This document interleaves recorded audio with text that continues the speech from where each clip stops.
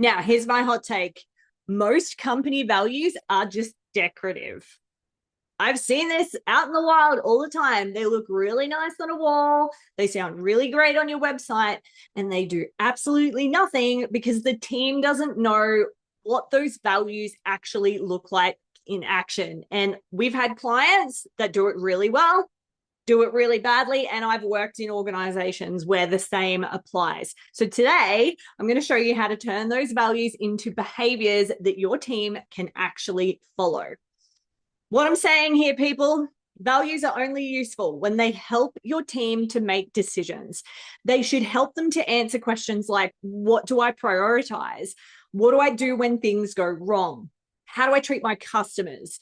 How do we communicate as a team? If your values don't guide behavior, they don't guide anything. Now, we have a simple framework that we use with our clients, and it's really straightforward. So for each of your values that you have, number one, you define what it means here. So what does this value mean in our organization? Not the dictionary definition, your definition. Second thing is, what does it look like in action? So the real behaviors that you expect people to portray or undertake that exemplify that value.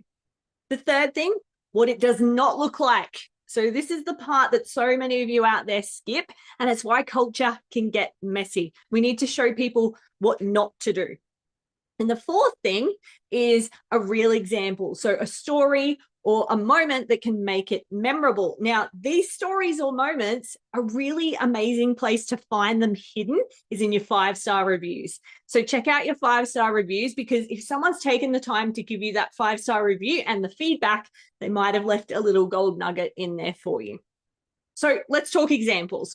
Let's say that one of your values in your organization is ownership. What does ownership mean in our business? It means that we take responsibility and solve problems, and we don't pass the buck. We don't pass on blame. Second thing was, what does it look like? If something breaks, if something isn't working, we flag it and we propose a solution. We communicate early and we follow through without having to be reminded.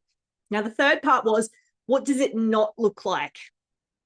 Ignoring issues, waiting for it to blow up, waiting for it to become a crisis, blaming other departments, saying, that's not my job, right? Now you have this value, that value of yours that's trainable, because people understand exactly what that means in our organization. Now, why does this matter? Just to double down on this, when we've done this process and it's communicated to the team, values aren't just words. They're our onboarding standards. They're the language we use in feedback. They become our hiring criteria. They become our leadership expectations and our performance anchors. That, my friends, is how we scale our business culture, not just tasks. So your action step for today is to pick one value and write attached to that value what it means here, 3 behaviors you expect, and 3 behaviors that would violate or make that value, like not be that value, and 1 quick example story. That's it. We've just turned culture into something tangible and usable instead of it being this fluffy thing we can't grab onto.